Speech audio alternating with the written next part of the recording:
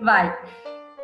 Oi, eu sou Caroline, Oi, eu sou a Janaína e nós somos as as chatas. chatas de... Eu falei as... Ah, tu já tá gravando? Já tá gravando. Mas dá pra cortar essas coisas depois. Tá. Não, Carol, a gente não fez a introdução. Ah, Gravando.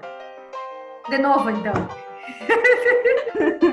O que eu falo daí? Que eu sou professora de português? Ou nós somos professoras de português? Oi, eu sou Caroline, Oi, eu sou a Janaína e nós somos as as chatas. chatas de letras. Muito bem. Muito bem. Um dia vai dar certo isso.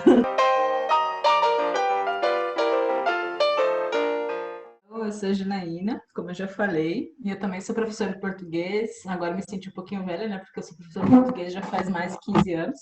Sim. E uma das coisas que sempre me incomodaram, assim, desse lugar de ser professora, são as exigências, as imposições que vêm junto com isso de ser professora, né? Então, sempre se espera que as professoras de português, elas tenham uma determinada postura. E uma das coisas que se espera muito das professoras de português é que elas nunca errem, que elas sempre saibam como se escreve as palavras, sempre falem de forma correta, falem o que é certo, o que é errado. E isso é uma coisa bem problemática, né? E a Carol vai falar um pouquinho agora sobre de onde que veio essa ideia, que foi ela que teve a ideia, então, de fazer esse projeto. Bom, então tudo isso que a Janaína também comentou foram coisas que sempre me incomodaram, coisas que me fizeram perder o sono literalmente, tanto que foi numa noite que eu não estava conseguindo dormir, fruto dessa quarentena, como muitas indagações acabam surgindo com o isolamento, mas são coisas que eu venho pensando desde muito tempo também, essa preocupação de que essas reflexões, tanto que a Janaína colocou agora e que sempre existiram dentro de mim, não é nem preocupação, mas uma necessidade de que isso seja externalizado para o mundo e compartilhar, não só entre professores de letras, professores de português, mas que o mundo inteiro possa observar a gente desde um outro lugar, e não desse lugar como uma pessoa corretiva, como uma pessoa que vem digitar o que é certo, o que é errado, mas que a professora de letras também pode problematizar muita coisa que aparentemente está dentro de uma esfera correta, dentro de uma coisa idealizada pela sociedade e que gera toda essa expectativa sobre o professor, não só de letras, né? Assim como tem professores de outras áreas que também são colocados nesse pedestal, digamos assim, e que se espera que ele faça e atue de uma maneira e que diga o que é certo e o que é errado. E nós vamos relativizar um pouquinho isso aqui, incomodar. E a partir dessa ideia que a Carol teve, então ela veio, me convidou, né, para fazer isso junto com ela, e a gente percebeu que mesmo sem se conhecer muito, as nossas ideias fechavam bastante, né? E o nosso principal tema, então, do projeto é falar sobre preconceito linguístico. Só que a gente não quer falar sobre preconceito linguístico com as pessoas de letras, a gente não quer ficar conversando com a academia letrada. A gente, não que vocês não possam vir aqui conversar com a gente, mas a gente quer, sinceramente, assim, falar isso da forma mais simples possível e falar com as pessoas, porque não são do meio, certo? Então, acho que a primeira coisa a gente tem que começar falando o que é esse tal de preconceito linguístico. E para exemplificar um pouquinho isso do preconceito linguístico, né? Antes de explicar o conceito, a gente vai trazer um exemplo que aconteceu assim, né? Parece que Perfeito. perfeito para a gente perceber isso, que viralizou bastante, que foi um vídeo que uma moça fez sobre a capa da Vogue, né? Que saiu agora esse mês, com a foto da Gisele Bündchen, e que dizia que ela era o novo normal. E aí muitas pessoas foram comentar em cima disso, falando que uma mulher branca, rica, de classe alta, né, magra e tudo mais famosa no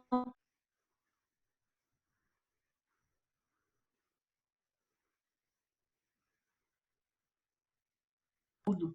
Ah, legal, eu tinha colocado no mudo. Que ela era, que ela era, na verdade, alguém que representava o velho, o que sempre estava normatizado, que sempre estava nas capas da revista, né? A mulher branca, rica e magra. Esse é um modelo normatizado, né? Então, essa menina fez um comentário em cima disso, mostrando essas críticas que muitas pessoas fizeram, e a editora da Vogue, o que que ela fez? Ao responder um desses comentários, uma dessas críticas, ela corrigiu a escrita de uma dessas pessoas que fez a crítica. E essa é uma das coisas que mais faz nós duas revirarmos os olhos, como a gente tem falado no Instagram, né? Revirar os olhos. Então, quando a gente fala de chata de letras, ser chata de letras, é que a gente quer sair do lugar dessa pessoa que corrige e problematizar que ser chata, na verdade, tem muito a ver com ficar se colocando, exercendo esse lugar de poder, que é dizer, porque eu domino o que é considerado o padrão linguístico, padrão de língua correta, de língua hegemônica, de linguagem que mostra classe alta e poder, né? Eu me utilizo dessa forma de falar que é privilegiada de quem teve acesso à educação, certo? Para desqualificar o argumento de outra pessoa. Você nem escuta, você nem lê o que outra pessoa falou, escreveu, você simplesmente vê lá um erro de digitação, erro não, né? Uma coisa digitada de outra forma ou escrita de uma forma que não seria vista como a correta, e você vai dizer que aquela pessoa não tem fundamento nenhum. E isso exemplifica o tal do preconceito linguístico, como a menina fala maravilhosamente no vídeo dela, adorei o jeito que ela fala, né? E traz, é claro, a gente vai entrar depois nas questões, que uma das coisas que a gente vai fazer aqui também é, a partir do preconceito linguístico, problematizar o quanto que esse lugar ele é uma estrutura de poder de pessoas, é uma estrutura classista, uma estrutura racista, uma estrutura machista em muitos casos, né? Então é um lugar de poder que nos mostra muitos preconceitos que a gente tem estruturais na nossa sociedade. A Carol vai dar um outro exemplo agora também muito bom relacionado a isso, do preconceito. Queria comentar justamente isso que você colocou. Dessa maneira a gente consegue entender o quanto a língua ela não deixa de ser também mais uma das várias expressões sociais que a gente tem. Quando a gente tem uma sociedade estruturalmente elitista, estruturalmente patriarcal, a língua ela atravessa tudo isso também, ela não deixa de ser um fator social. E é isso uma das principais coisas também que me incomoda e que muitas vezes a gente não se dá conta de que a língua que a gente está falando, ela também passa por todas essas construções sociais. Que ela não é aquela gramática, a língua, quando a gente pensa na língua, a gente está pensando muitas vezes o que vem na nossa cabeça, um manual de gramática que me diz como forma o plural, como que é o som dessa letra, como que conjuga tal verbo, o que é incorreto, o que não é, perdão, o que é correto, o que é incorreto. É isso que está no imaginário da cabeça. A língua como uma coisa totalmente isolada de tudo. Tá ali, em algum momento eu vou conseguir alcançar aquela perfeição de fala, aquela perfeição que não existe, que se for naturalmente, nem as pessoas que dizem que se fala daquela maneira, se elas não estiverem refletindo o tempo inteiro e se corrigindo o tempo inteiro, elas também não vão falar daquela maneira de uma forma natural. Então, acho que isso é uma das coisas que também nos incomoda muito, né? Essa falta de entender de que a língua é também um fator social e que tudo que tá acontecendo na sociedade vai refletir na língua, vai ser expressado através da língua. E aí que a gente vê que o papel do professor português vai muito além de ensinar gramática. E, enfim, esse exemplo... Até porque, só lembrando, né, antes de você entrar no teu exemplo, Carol, que quando a gente fala em gramática, a gente está falando de gramática normativa. Exatamente. Para quem é da nossa área, isso é um chavão, assim, que todo mundo já sabe. O que é gramática normativa? O que é uma norma? É um livro em que está escrito como uma língua deve ser escrita e falada. Agora, isso não representa a língua em uso, não representa a linguagem, não representa como nós realmente nos comunicamos, como nós realmente falamos. não representa a realidade, não é atual. E outra coisa, sempre vai ser um recorte de quem está nesses lugares de poder para poder escrever sobre isso, para poder falar sobre isso. Então, não é um recorte que mostra as questões de raça, não é um recorte que mostra questões de classe, não é um recorte que pensa nos regionalismos, né? Não é um recorte que pensa nas pessoas que estão morando em favela, não é um recorte que pensa no acesso ou na educação. Então, a gente percebe, né?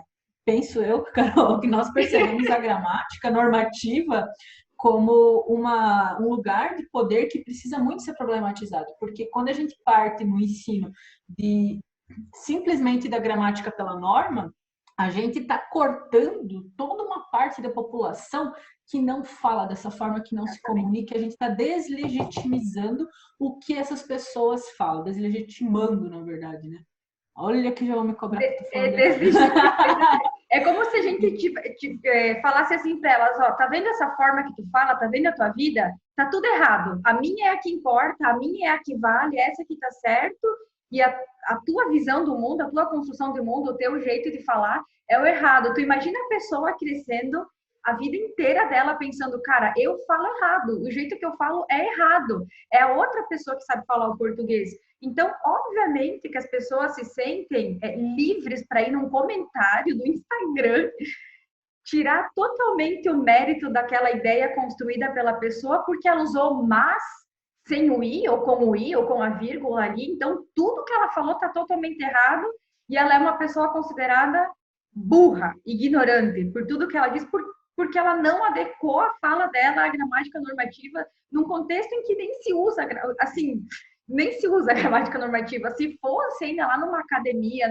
num trabalho, numa tese, uma coisa, aí é um tipo, e também então, a correção também não se faz desse jeito. Então, é isso, é entender que as pessoas, você não é o teu direito chegar em qualquer lugar e desmerecer o jeito que o outro fala, o jeito que o outro escreve, e que isso sim se constitui como um preconceito linguístico, porque exclui uma maneira de viver da outra pessoa, coloca ela à margem. E como você falou, deslegitima a identidade, a tudo que a pessoa viveu na vida dela, e tudo que ela reconhece, tudo que o mundo representa. Isso é cruel, isso é perverso com as pessoas. E a gente tem, assim, infelizmente, muitos exemplos, né, na mídia de professores, de pessoas da nossa área que ganham muito respaldo e que são muito bem vistas exatamente por estarem exercendo esse papel corretivo. Né? Um dos clássicos assim é o tal do professor Pasquale, que já foi até no quadro no Fantástico, né? Então todo mundo já ouviu falar de alguma forma do professor Pasquale, que era aquele que vinha dizendo isso está errado, assim está certo, é assim que se escreve. E eu mesmo como professora já tive muitos alunos. A maior parte dos alunos eles esperam isso, eles têm essa visão e não é por mal, mas é porque eles partem desse princípio, dessa visão de que o papel do professor é esse, é te dizer o que você está falando, fazendo de errado e como você deveria falar e como que você deveria escrever. Então, é simplesmente o papel de borracha, de sair apagando, invisibilizando o que você está falando para dizer como que deveria estar sendo dito. Quando muitas vezes a gente para de prestar atenção no que está sendo dito para pensar só no como, né? A Carol vai falar de um outro caso agora, um pouco mais recente desse estilo de professor Pasquale. Então, eu até tinha me esquecido dessa influencer, né? Porque a gente não pode esquecer que as pessoas elas estão sempre influenciando outras, e isso é ainda mais preocupante, né? Porque uma coisa é um cidadão dentro de um contexto mais particular e corrigir, mas quando a gente está falando isso para milhares de pessoas que estão tomando isso, porque, mais uma vez, parte daquela posição de autoridade, ela é uma professora de português que está falando. Então, obviamente, é eu que não sei, e é ela que sabe, entende? Se ela está falando que é isso, então é isso. E o problema justamente não é todo mundo tem direito de acessar de alguma maneira a gramática normativa, formas padrões, digamos, de comunicação para poder, enfim, transitar na academia, transitar em outras esferas da sociedade. A questão não é essa, né? Eu acho que fique bem claro, não é que a gente está condenando o ensino, mas a grande questão é como ele é feito. Então, quando você tem uma pessoa que tem mais de 400 mil seguidores no Instagram e ela vem para você dizendo assim, não seja burro, ou seja, excluindo totalmente as outras maneiras de se expressar, as outras maneiras de escrever, é uma questão de adequação, entende? Se você vai falar de uma maneira super formal com um amigo seu, naquele contexto você vai estar se equivocando. A mesma coisa se você chegar e apresentar um trabalho acadêmico de uma maneira, não sei, usando uma linguagem não apropriada, e aí, cara, beleza, não sei o quê. Também vai ter uma questão de adequação. Também não é uma questão que isso não possa. Novamente, a gente entra no que a Janaína colocou, que é um recorte feito como correto, como privilegiado, que também, que mais profundamente a gente também pode problematizar isso, que também está bem interessante, deve ser problematizado, sim.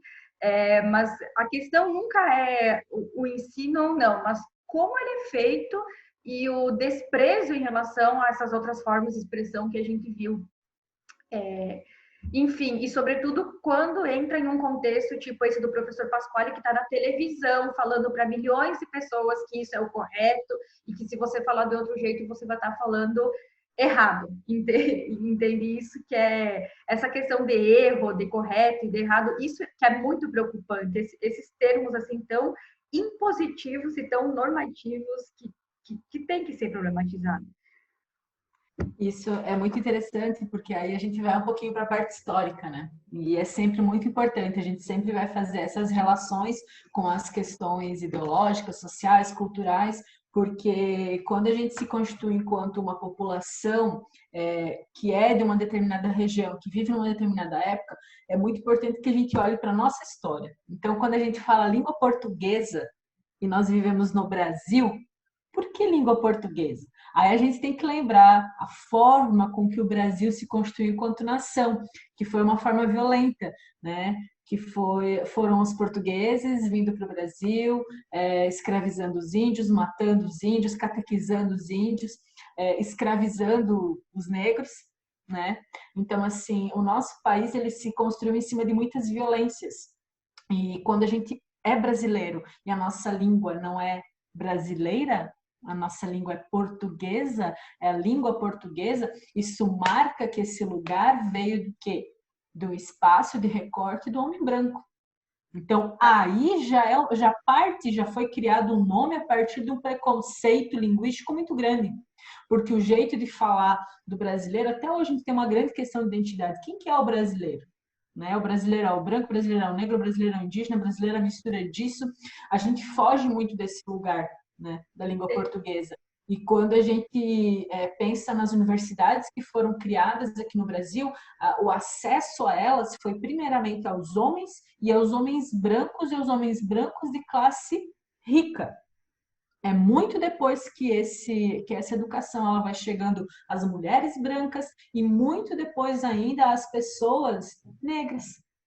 Então, o lugar da educação ele é muito classista, ele é muito racista e ele é muito machista. E a nossa forma de falar é marcada dessa forma. Por que até hoje a gente ainda usa a palavra homem para falar, se referir à humanidade, por exemplo? A nossa língua ela é cheia de preconceitos. E essa que é a nossa proposta aqui realmente, é pegar esses nossos preconceitos, sermos a chata que olha para esses preconceitos e vem problematizar, que a gente precisa lembrar que isso é uma forma realmente de exercer poder sobre os outros. E acho que não é dessa forma que a gente gostaria que fosse a nossa linguagem, a nossa língua, a nossa educação, né, Carol? Exatamente. Isso que você comentou da língua portuguesa, a questão de vida em Portugal, isso é muito interessante porque é comum escutarmos discursos do tipo, o brasileiro assassinou a língua portuguesa, a gente deturpa a língua portuguesa porque é os portugueses que falam o português e a gente fala qualquer coisa. O que eu falo? Eu não falo português, então, ou seja, tem toda uma questão também da nomenclatura da própria língua, dá margem para esse tipo de discurso e, sobretudo, a relação de poder que tem entre o colonizado e o colonizador, enfim, a elite branca da sociedade, e tudo que foi se misturando a questão das línguas, e desde o escravo, quando ele começou a falar o português, e com a mistura do sotaque dele, depois os outros imigrantes que foram chegando, e aí gera mais uma questão de preconceito linguístico que a gente com certeza vai debater ao longo de outros vídeos que forem surgindo. Enfim, tem muita coisa para discutir sobre isso, muita coisa. Então, para isso, para entender que língua é um lugar de poder também e a gente precisa que as pessoas entendam isso. Isso precisa chegar à sociedade de alguma maneira. Você precisa entender que você não está falando errado, que a sua forma de falar não é menos mais feia ou mais bonita que a do outro, que isso também é relativizado e também é colocado dentro de um sistema de poder, enfim, elitista, racista, patriarcal, e etc, etc. E nós falamos dentro das nossas possibilidades, né? Dentro do acesso que chega até nós. E dependendo dos momentos que a gente está falando. Então, eu, por exemplo, sou uma professora que eu falo muito palavrão. E eu sempre sofro muito preconceito de outros professores porque eu falo palavrão em sala de aula. É onde já se viu professora de português falar gíria e falar palavrão dentro de sala de aula. Então, esse lugar do professor que fala certinho, que tenta fazer uma limpeza da linguagem, ele me incomoda muito porque eu não quero exercer esse papel. A língua ela é utilizada e ela é produtiva e ela tem uma riqueza muito grande. Então, eu acho que a gente precisa realmente, a nossa grande proposta aqui, né, Carol, é problematizar esses lugares. A gente quer realmente que isso chegue até as pessoas de todas as origens, de todas as classes. A gente espera que vocês ajudem a gente a compartilhar isso, que saia dessa bolha que a gente vive, que é uma bolha do pessoal que estudou letras, que está estudando ainda, o que isso, que aquilo. A gente quer estourar essa bolha e que esse conhecimento chegue, porque nós, não só enquanto professores de português, mas enquanto estudantes da pós-graduação, né, a gente escreve, está nessa angústia de estar escrevendo muitas vezes para ninguém, para a própria academia. A gente escreve e fala sobre temas muito importantes e por toda uma estruturação acadêmica, isso acaba muitas vezes não chegando até as pessoas, o que a gente produz, os saberes e os conhecimentos que a gente produz e tudo que a gente problematiza. Então, se a gente está vindo para essa plataforma de YouTube, de Instagram, de rede social, é porque a gente quer tentar, é um movimento de tentar estourar a bolha e fazer isso chegar até as pessoas. A gente não quer ficar conversando sozinha. Nós não queremos ficar falando só com os nossos iguais, no sentido de só o pessoal que estudou. Então, a gente quer realmente que vocês nos ajudem também a falar. A gente está falando de um jeito acessível, nós estamos conseguindo nos comunicar, está fazendo sentido para vocês? Vocês entenderam? A gente usou algum termo aqui que é isso? Não entendi, né? E a gente também não quer partir de um lugar de professora que a gente está ensinando para vocês, então como que seria o certo falar, mas sim problematizar isso, repensar, né? Se a gente está no momento agora de quarentena, está no momento em que a gente está tendo nós duas, né? A Carol lá da Argentina, não do Uruguai. Eu nem sei onde que a Carol tá. Sei que ela está num lugar em que não se fala língua portuguesa. Do Uruguai, né? Isso, e eu aqui de Santa Catarina, de Pinhalzinho mais especificamente, né? Do oeste catarinense. A gente quer saber se isso chega até vocês de uma forma que é acessível, em que vocês também nos deem essa resposta. Então, comentem o que vocês pensam sobre isso, como vocês enxergam, se vocês discordam, né? Acho que a gente está muito aberta aqui a conversar, a debater, a problematizar, não a ficar impondo, vamos falar assim, bem como eu falo, mesmo não ficar aqui cagando mais regra para vocês. Exatamente. Esse é um outro ponto-chave também, né? Porque aí é que entra os chata de letras, tá? Porque a gente tá sendo a chata para as chatas e provavelmente vai estar sendo chata para muitas pessoas dentro da academia. A gente já é conhecida como chata, talvez agora a gente fique muito mais chata do que a gente já é.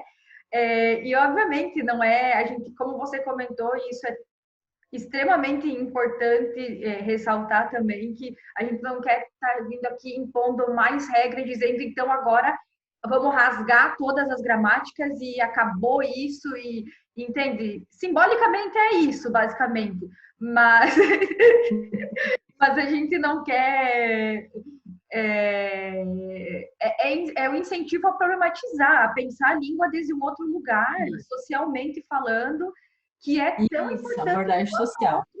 outras direções que ela toma dentro da sala de aula, porque todo mundo aqui, acredito, espero que sim, que possa ter tido acesso ao ensino, todo mundo aqui frequentou aula de português e já tem um imaginário do que é aprender língua portuguesa. O nome está lá em escola pública, língua portuguesa. O que é aprender a língua portuguesa? Que língua portuguesa que eu vou aprender? Entende? Essas coisas que a gente... E todo mundo tem alguma experiência, todo mundo que pôde frequentar a escola, que teve acesso à educação formal, tem algum relato, algum comentário? Como que foi as aulas de português? O que se discutia? O que você aprendeu? O que você não aprendeu? Porque a gente escuta muito isso, né? Nossa, eu tenho primos que estão agora no ensino fundamental e, tipo, o português para eles é, meu Deus, eu odeio, não entendo nada, gramática e tá. E se Isso está tendo também essa aconteceu. reação, se está tendo essa reação é porque a gente está precisando repensar. E essa é a nossa proposta. E acho que, para a gente não se alongar demais, né, que a gente tem uma meta aqui de tempo, eu só queria propor para vocês, assim, uma outra coisa que está bem polêmica nesse momento agora que a gente está fazendo esse vídeo, é o fato de o Enem não ter sido cancelado por causa da quarentena. E eu gostaria de propor para vocês, deixar assim como teminha de casa. Tema de casa, claro. Tema de casa, aquela coisa bem professora chata. Que vocês pensassem, repensassem um pouquinho se essa questão de Enem não seria o caso de ser revisto para ser prorrogado. Ao meu ver, o Enem deveria ser revisto enquanto toda a estrutura do Enem, que é totalmente um exemplo desse recorte de classe, de raça, que é uma forma muito elitista do acesso à educação. Então, vamos aproveitar que a gente está repensando se prorroga ou não prorroga o Enem, e vamos repensar por que Enem? O Enem deveria existir da forma com que ele existe? Né? Vamos aproveitar que a gente está pensando sobre isso, pensa nisso também. Acho que a grande questão da educação é que ela seja mais acessível. E nós queremos olhar para nós, para a nossa forma de dar aula, para a nossa forma de pensar a língua portuguesa, de pensar como a gente se comunica e por que isso não está chegando às pessoas da melhor forma. Por que as pessoas olham para nós enquanto chato? Talvez a gente esteja sendo chata mesmo, talvez a gente está tendo que olhar um pouquinho para nós, então, e dizer, pá, então a gente é chata? Beleza, vamos desconstruir isso aí, vamos falar de outro jeito. Desse jeito que tá, não tá legal. Né? Exatamente. Isso, Carol. Perfeito. Super bem colocado. E acho que é isso, né? Na semana que vem, nossa proposta é fazer vídeos semanais, né? Nossa meta, vamos ver se a gente consegue cumprir a meta, depois dobrar a meta das conversas. A gente tem muitas ideias, vamos ver no que isso vai dar, né? Realmente.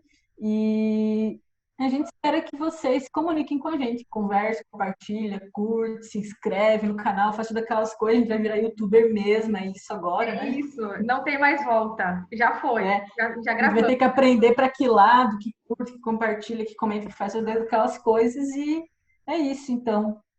Pensem as suas...